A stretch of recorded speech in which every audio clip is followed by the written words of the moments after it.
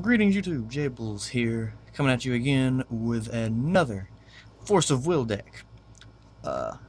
Yesterday was a win-a-mat at my local store. It's also my first official Force of Will tournament that I entered. Did better than I expected to do, since, considering that I had no really knowledge of any of the other decks I was playing against. I didn't really have a side deck I could use. But even still, I did better than I thought I would do. I went 2-2 and all, which wasn't too bad. The matches were really good. I had just some amazing matches, just really good. No complaints, really fun game. But we'll get right into the deck profile for this. This is a Pandora deck, but we'll get into that later. We have our stones here in the form of 4 Dark Depth, which is black-blue. We have 3 Heaven's Rift, which is white-black. We have 2 Scorched Bells, which is red-black. And then this was a Moonshade, which is rest for moon, or rest and pay 200 to make it any color. I may go to 3 Scorched Bells if I can get a third, or I might try to pick one of these if I was just borrowing it for the tournament. I wasn't able to get one before tourney. For our ruler, we have Pandora, Girl of the Box, and our J ruler is Pandora of Dark. When she is J activated, your opponent discards all cards in her hand. This is a very strong ability. I resolved it, or I used it 3 times in my matches yesterday, and I won those games that I used the ability. For our resonators, we run 4 Romeos and 2 Juliets. This engine works well with a few of the cards that I run in the deck. Romeo, whenever he is sent to grave while Juliet is on the field, you can pay a dark and bring him right back out. And Juliet, as long as Romeo is on the field, she cannot be destroyed. So it creates a kind of a soft lock if you have enough mana to keep Romeo out. We have 3 Mephistopheles. He's our big boss of the deck. He has flying and target attack, meaning that he can't be blocked except with other creatures with flying, or other resonators with flying. And he can attack resonators that are not rested. So he can clear fields if there's a problem monster. Then at the end phase, you have to tribute a resonator you control, or another resonator you control. It's worded as another resonator. That way you do not have to tribute himself if he is the only one that you have on the field. Then we have 2 Zero. Zero is a quick cast, meaning you can play it on your opponent's turn. You can summon him on your opponent's turn, and when he enters the field, all your opponent's resonators lose 200 and they lose flying. So it helps whenever they maybe use Pumpkin Witch and they're trying to go for game. You just drop him and don't get blown out that way.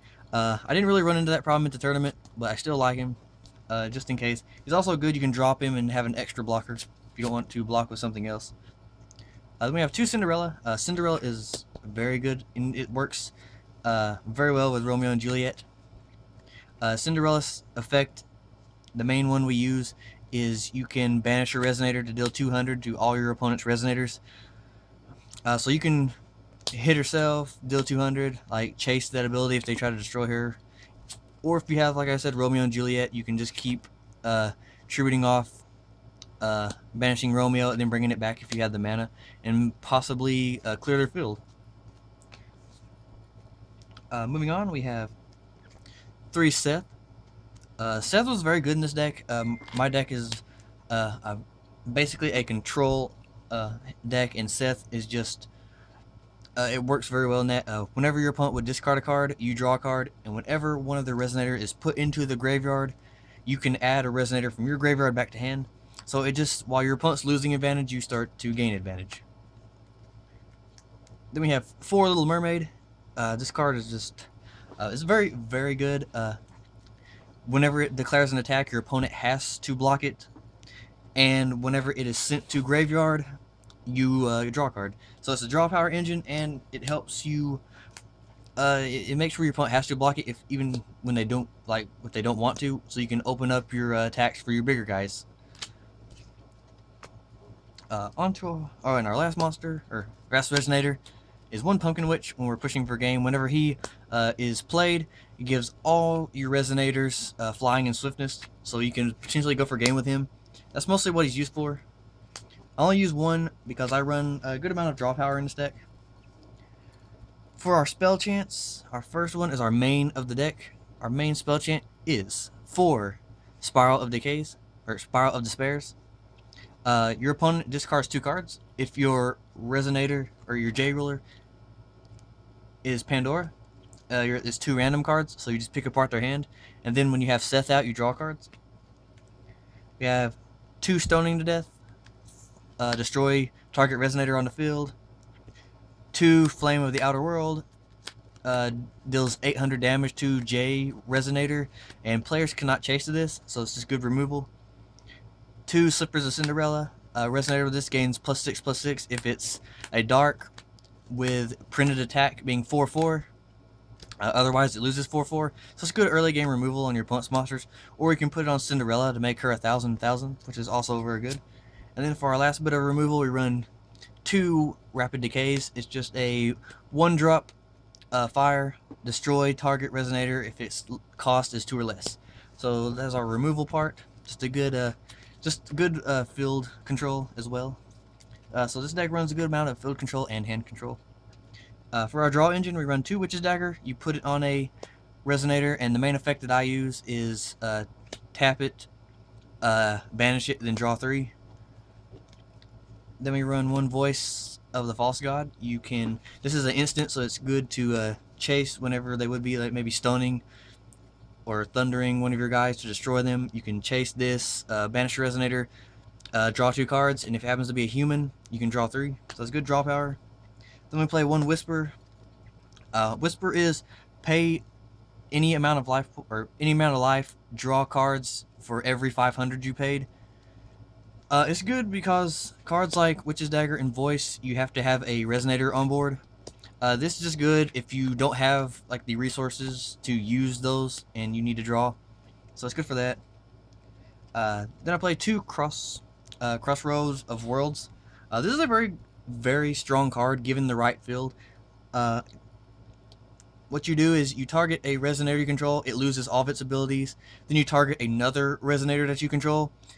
The first Resonator gains the abilities of the second Resonator, then its attack becomes equal to the attack of the second Resonator.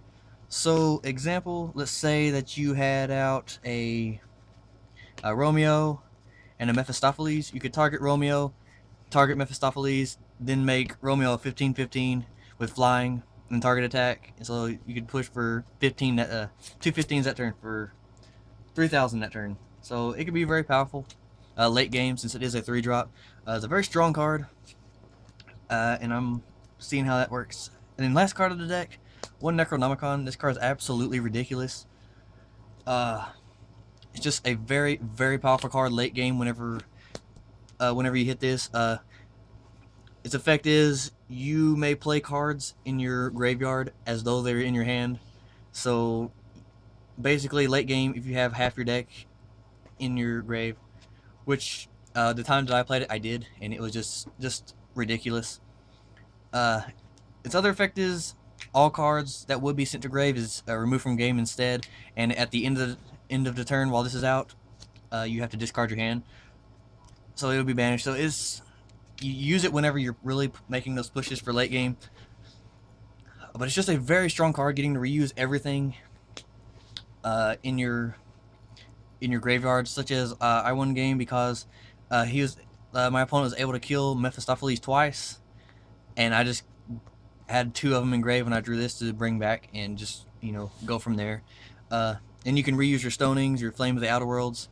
It's just a very powerful card and just utterly ridiculous. But that is my Dark Pandora Romeo and Juliet control deck, if you will. Shakespearean tragedy. I'm working on several other Forcible decks. This is probably my new favorite card game, actually. But anyway, guys, thanks for watching. Hope you enjoyed. Until next time, this is Jables from Mystery Inc. Gaming, out.